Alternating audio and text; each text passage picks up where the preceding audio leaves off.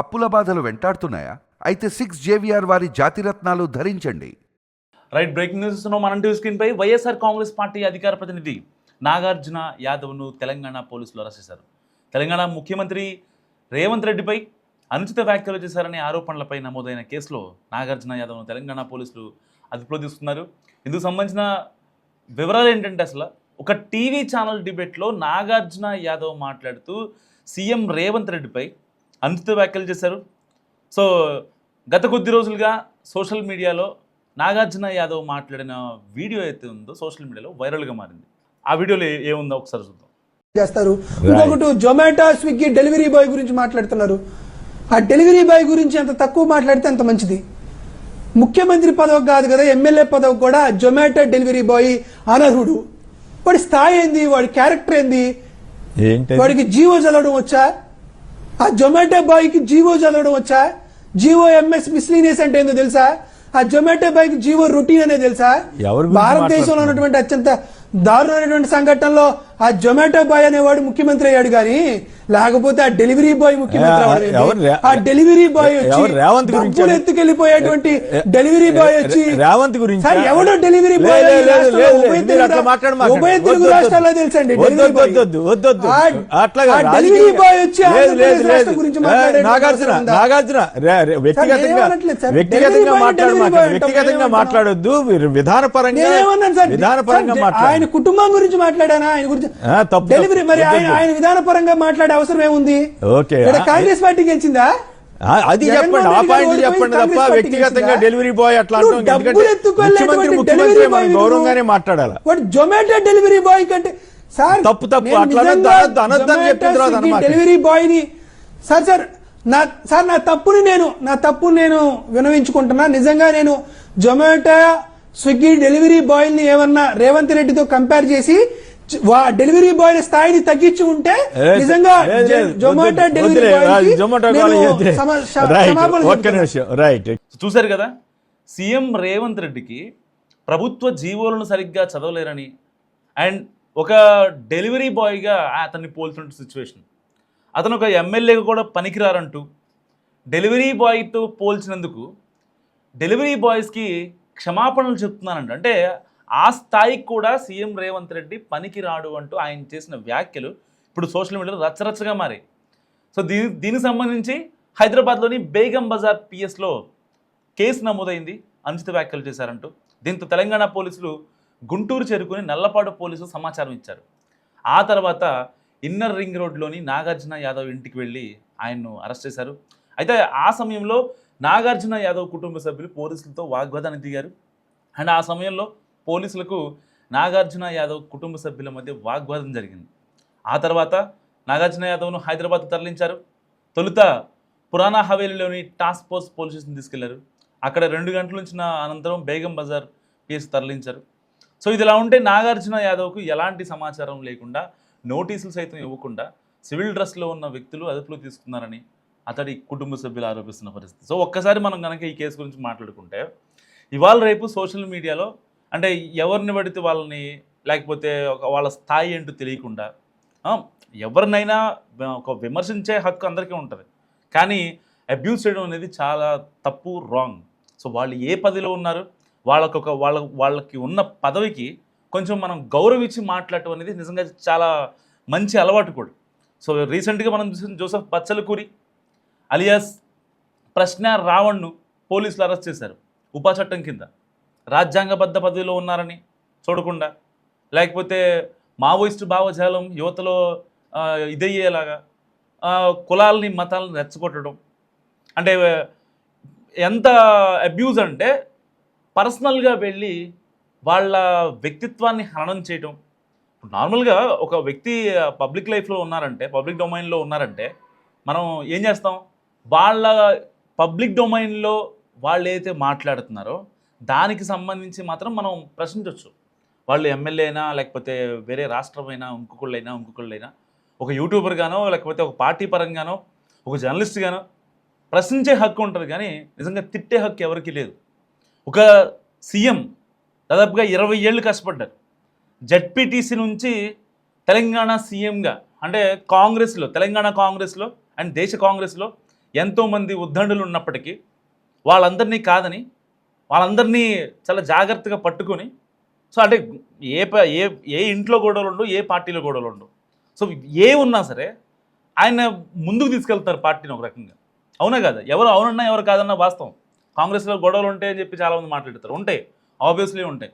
ఒక ఇంట్లోనే నలుగురున్న ఇంట్లోనే గొడవలు ఉంటాయి. కొన్ని వేల మంది నాయకులు, కార్యకర్తలు, ఎప్పటి నుంచో ఉన్నవాళ్ళు, సీనియర్ నాయకులు ఉన్న చోట గొడవలు ఎందుకు? ప్రోటోకాల్ ఇష్యూస్లోనూ, లేకపోతే నాకు ఒక మాట చెప్పలేదను ఆబ్వియస్లీ ఉంటాయి. కానీ వాటన్నిటిని తట్టుకొని, అన్ని ప్రెజర్స్ని తట్టుకొని, సో అన్ని గొడవల్ని సర్ది చెప్పుకుంటూ అధిష్టానం దాకా కంప్లైంట్స్ వెళ్లకుండా ఇక్కడ లోకల్లోనే వాళ్ళకున్న ఏదైతే ప్రాబ్లమ్స్ని సాల్వ్ చేసుకొని నిజంగా వెళ్తున్నటువంటి వ్యక్తి రేవంత్ రెడ్డి కాదా? అంటే ఒక పక్క రాష్ట్ర పాలన చూసుకుంటూ, పార్టీలోని ఏదైతే తగాదాలు ఉంటాయో అవన్నీ సర్ది చెప్పుకుంటూ, ఏదైనా అంటే ఒక పదవి రాని కార్యకర్తను, నాయకులను బుజ్జగించుకుంటూ, దానికి అంటే నిజంగా గట్స్ కావాలి. ఒక రకంగా ఎంతో పేషెన్స్ కావాలి, ఎంతో సహనం కావాలి, ఓర్పు కావాలి. మరి అలాంటి వ్యక్తిని డెలివరీ బాయ్తో పోలుతానంటే కాంగ్రెస్ పార్టీ నాయకులు, కాంగ్రెస్ పార్టీ ఏదైతే రేవంత్ రెడ్డి ఫ్యాన్స్, వీళ్ళు ఎందుకు ఒప్పుకుంటారు? దట్టు అంటే పార్టీల పరంగా పక్కన పెట్టేద్దాం. ఒక సీఎంగా ఉన్న వ్యక్తి మీరు ఒక డిబేట్లో కూర్చొని డెలివరీ బాయ్లతో కంపేర్ చేసేందుకు వాళ్ళకు కూడా నేను క్షమాపణలు చెప్తున్నా అంటే పెచ్చపెచ్చుకుందా మీకు? పార్టీ అధికార ప్రతినిధి ఇచ్చింది కాబట్టి మనం ఎవరి మీద బుర్ర జల్లితే, బట్టకాల్సి మేదేస్తే మనం ఇంకా ఎప్పటికైనా సరే ఎవర్ గ్రీన్ ఉంటాం. మనం మీడియాలో మనకంటూ ఒక ఫేమ్ ఉంటుంది. ఆహా పలానా నాగార్జున యాదవా, ఓకే. గతంలో గుర్తులేదా ఈయన ఎలాంటి కామెంట్స్ చేశాడు? ఆడవాళ్ళని, పవన్ కళ్యాణ్ ఇంట్లో ఆడవాళ్ళ గురించి మాట్లాడలేదా? చంద్రబాబు నాయుడు గురించి వాళ్ళ ఇంట్లో ఉన్న వాళ్ళ ఆడవాళ్ళ గురించి మాట్లాడలేదా? అంటే టీవీ డిబేట్ అంటే ఏంటి మీకు? నాకు అర్థం కాని ఒక విషయం ఒకటి అడుగుతా. అధికార ప్రతినిధులకి టీవీ డిబేట్ అంటే ఏంటి? అందరూ అధికార ప్రతినిధులు గుర్తుపెట్టుకోవాలి. ప్రతి పార్టీ ఎవరైతే వ్యక్తిత్వ హననం చేస్తున్నారో, వ్యక్తిగతంగా వెళ్తున్నారో అది చాలా రాంగ్. ఏది పడితే అది మాట్లాడతాం. టీవీ ఉంది కదా, పలానా ఛానల్ కోఆర్డినేటర్ పిలిచాడు, నాకు దీంట్లో వచ్చింది అని స్టేటస్లు పెట్టుకోవడం. ఈరోజు ఈవినింగ్ 7 PM నాకు ఈ ఛానల్లో లైవ్ ఉంది, ఆ ఛానల్లో లైవ్ ఉంది, క్యాచ్ మీ అని చెప్పి ఇన్స్టాగ్రామ్లో స్టోరీలు పెట్టుకోవడం. వీటిగా మీకు అధికార ప్రతినిధి పదవి ఇచ్చింది? ఏ పార్టీ అయినా సరే. నాట్ ఓన్లీ నాగార్జున యాదవ్ తప్పు చేశాడు కాబట్టి అరెస్ట్ చేశారు. మళ్ళీ వాళ్ళ ఇంట్లో వాళ్ళు మళ్ళీ అక్కడికి వెళ్ళినటువంటి పోలీసులతో గొడవ పడుతున్నారంట. మా ఆయన్ని కిడ్నాప్ చేస్తున్నారా, లేదంటే మా ఆయన్ని ఎత్తుకెళ్ళిపోతున్నారా అని. ఏం చేస్తారు ఎత్తుకెళ్ళగా? చేసిన తప్పే కదా. ఒక సీఎం స్థాయిలో ఉన్న వ్యక్తికి కనీసం మర్యాద కూడా ఇవ్వకుండా మాట్లాడితే ఎవరు ఒప్పుకుంటారు? అదే జగన్మోహన్ రెడ్డి గారు సీఎంగా ఉన్నప్పుడు కొంతమంది మాట్లాడితే నువ్వు ఒప్పుకున్నావా? వెంటనే సోషల్ మీడియాలో పోస్ట్ పెట్టేసేయవు. అంటే మీ నాయకుడైతే ఒకటి, వేరే పార్టీ వాళ్ళ నాయకులైతే ఒకట. అంటే ఏది పడితే అది మాట్లాడేద్దాం. అధికార ప్రతినిధి పదవి ఇచ్చారు మనకి. టీవీ డిబేట్లో కనిపిస్తే మనల్ని హీరోగా అనుకుంటారు. మిమ్మల్ని హీరోగా అనుకోవాలంటే సో కాల్డ్ ప్రతినిధులు ఎవరైతే ఉంటారో వాళ్ళని హీరోగా అనుకోవాలి అంటే ఏ పార్టీ వాళ్ళైనా ఆ పార్టీ వాళ్ళని అంటే వాళ్ళకి ఒక ఫ్యాన్ బేస్ ఉంటుంది. ఏ పార్టీ తీసుకున్నా వాళ్ళకి ఒక ఫ్యాన్ బేస్ ఉంటుంది. ఆ ఫ్యాన్ బేస్ని కాకుండా, ఎగ్జిస్టింగ్ ఫ్యాన్ బేస్ని కాకుండా కొత్త వాళ్ళని, న్యూట్రల్ పీపుల్ని ఎలా కన్విన్స్ చేయాలి?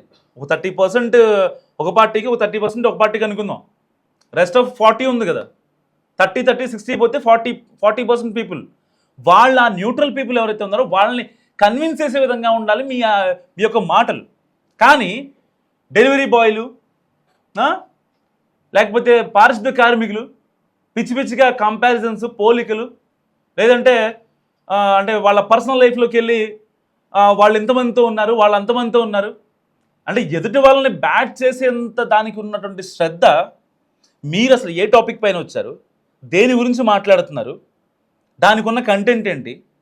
కేసీఆర్ గారు అంటారు కదా, కంటెంట్ లేదు, ఆబ్జెక్ట్ లేదు అంటారు కదా. నిజంగా అదే గుర్తొస్తుంది. అసలు మీరు కూర్చున్నటువంటి డిబేట్ ఏంటి? దానికి దీనికి సంబంధం ఏంటి? డెలివరీ బాయ్లు ఎందుకు వచ్చారు మధ్యలో? దేనికి వస్తారు అసలు? వాళ్ళని వెళ్ళి కంపేర్ చేసి అక్కడ ఒక అటెన్షన్ తెచ్చుకోవడం తప్ప ఇంకేముంది? ఇంకేం కనిపిస్తుంది అక్కడ? నిజంగా నాట్ ఓన్లీ నాగార్జున యాదవ్, చాలామంది ఉన్నారు ఇలాంటి వాళ్ళు. అన్ని పార్టీల్లో ఉన్నారు. ఏ పార్టీ అతీతం కాదు. కొన్ని పార్టీల్లో క్రమశిక్షణ ఉంటుంది కాబట్టి వాళ్ళు కొంచెం జాగ్రత్తగా మాట్లాడతారు. కానీ క్రమశిక్షణ లేని పార్టీలు ఏవైతే ఉంటాయో వాళ్ళు రెచ్చిపోతూ ఉంటారు ప్రతిసారి. ఎలా అంటే అలా పిచ్చి పిచ్చిగా మాట్లాడతారు. అంటే ఎదుటి వాళ్ళ మీద మనకంటే పెద్దోళ్ళు అనుకోండి, వాళ్ళ మీద ఒక బ్లేమ్ వేసామంటే రేపొద్దున మనం అరెస్ట్ అవుతాం, దీని వెనకాల వీళ్ళే కాన్స్పిరసీ చేసుకుంటారు కావాలంటే తెలుసు వాళ్ళకి. ఆ మాత్రం చిన్నపిల్లలు ఏం కాదు కదా, పాలబుగ్గలారని పసిపిల్లలు అయితే కాదుగా, పెళ్ళయింది, పిల్లలు ఉన్నారు. రేపొద్దున మనం ఏదైనా మాట్లాడాలన్నా ఏదైనా చెయ్యాలన్నా వాళ్ళు మన వెనకాల ఫ్యామిలీ ఉంది కదా, ఆ మాత్రం ఆలోచించరా? మీరు అరెస్ట్ అయినప్పుడు మళ్ళీ ఆ ఫ్యామిలీ, అదే ఫ్యామిలీ ఏదైతే బయటకు వచ్చి, మీరు ఆలోచించని ఫ్యామిలీ ఎవరైతే ఉన్నారో వాళ్ళు బయటకు వచ్చి మా ఆయన్ని ఎత్తుకుపోతున్నారు, నా కొడుకుని ఎత్తుకుపోతున్నారు, మా కూతుర్ని ఎత్తుకుపోతున్నారు. మీరు అంటే పిచ్చి పిచ్చిగా మాట్లాడటం దేనికి? ఇలాంటి రియాక్షన్స్ దేనికి? యాక్షన్ లేకుంటే రియాక్షన్ ఉండేదా? ప్రశ్నిస్తే తప్ప అంటారు. మళ్ళీ చాలామంది ఉన్నారు, ప్రశ్నిస్తే తప్ప అంటారు, మా మీద కేసులు పెడతారా అంటారు. ప్రశ్నించండి, తప్పలేదు, కానీ దానికి ఒక సమయం, సందర్భం, మాట్లాడే విధానం, ఎలాంటి కంటెంట్ అయినా సరే, ఎలాంటి విషయమైనా చెప్పే విధానం చాలా ఇంపార్టెంట్. ఆ చెప్పే విధానాన్ని బట్టే ఆ విషయానికి ఉన్న వాల్యూ ఇంకా పెరుగుద్ది.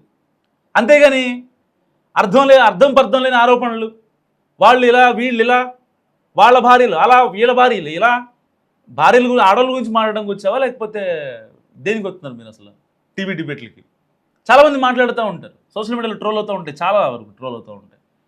ఒక టాపిక్ ఉందనుకోండి, ఫర్ ఎగ్జాంపుల్ రీసెంట్గా ఒకటి చూశాను నేను ఒక ఛానల్ ఇంటర్వ్యూలో.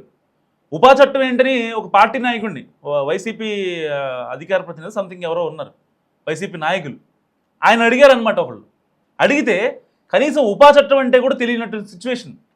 వీళ్ళని ఎవరైతే అంటే ఎంకరేజ్ చేస్తున్నారో, నిజంగా అసలు దాని దరిద్రం కోట్లేదు. ఒక ఛానల్కో ఒక టాపిక్ పైన మాట్లాడాలి అంటే కాస్త కోస్త అవగాహన ఉండద్దా? మొన్న కొడాలని ఉప్మా చట్టం అంటాడు ఆయన. అసలు ఉప్మా ఇప్పుడు నుంచి కాదు, ఉపా చట్టం అనేది దాదాపుగా 1960 నుంచి ఉంది. అలాంటి చట్టాలను పట్టుకొని ఉప్మా చట్టం అంటాం, లేదంటే నాకు ఉపా చట్టం గురించి తెలియదు అంటాం. అసలు ఇలాంటి వాళ్ళని ఎంకరేజ్ చేయొద్దు. ముందు ఫస్ట్ థింగ్, మన వ్యూస్ కోసమో లేదంటే ఇంకో దానికోసమో ఇలాంటి వాళ్ళని అనవసరంగా హీరో చేయడం తప్ప ఇంకోటి లేదు. నిజంగా వాళ్ళకి నిజంగా కంటెంట్ ఉంటే ఆ కంటెంట్ మీద మాట్లాడతారు. ఎక్కడ డిబేట్ ఎవరు మనం చూస్తుంటాం కదా డిబేట్లలో, రైట్ యాంకర్ చెప్తా ఉంటాడు, జర్నలిస్ట్ అటు కూర్చుని జర్నలిస్ట్ రైట్ ఒక్క నిమిషం ఆగండి అని చెప్పి ఎంత వారించినా వాళ్ళు వినరు, వ్యక్తిగత దోషాలకు వెళ్ళిపోతూ ఉంటారు. అంటే కోపం దేని మీద అసలు మీకు? వ్యవస్థ మీద, నాయకుల మీద, పార్టీల మీద, ప్రజల మీద, లేకపోతే అంటే సభ్య సమాజానికి ఏం మెసేజ్ ఇవ్వాలని వస్తున్నారు మీరు? ఒక వీడియో చేశారు అంటే దానికి సంబంధించి కనీసం ఏదో ఒక లూప్ హోల్ ఉండాలి. ఏదైనా ఒక వీడియో చేశారంటే దానికి సంబంధించి ఏదైనా బయటికి సమాజానికి చెప్పేలా ఉండాలి తప్ప వాళ్ళ మీద బురద చల్లుతాం, వీళ్ళ మీద మట్టేస్తామంటే బట్ట కాల్చి మేదేయడానికి మీరు టీవీ డిబేట్లోకి వచ్చేది దేనికోసం? ఎంత? ఎవరిని ఇచ్చడానికి, ఎవరిని ప్రసన్నం చేసుకోవడానికి? సో మీరేమనుకుంటున్నారు? మస్ట్ కామెంట్ చేయండి. చూస్తూనే ఉండి మన టీవీ.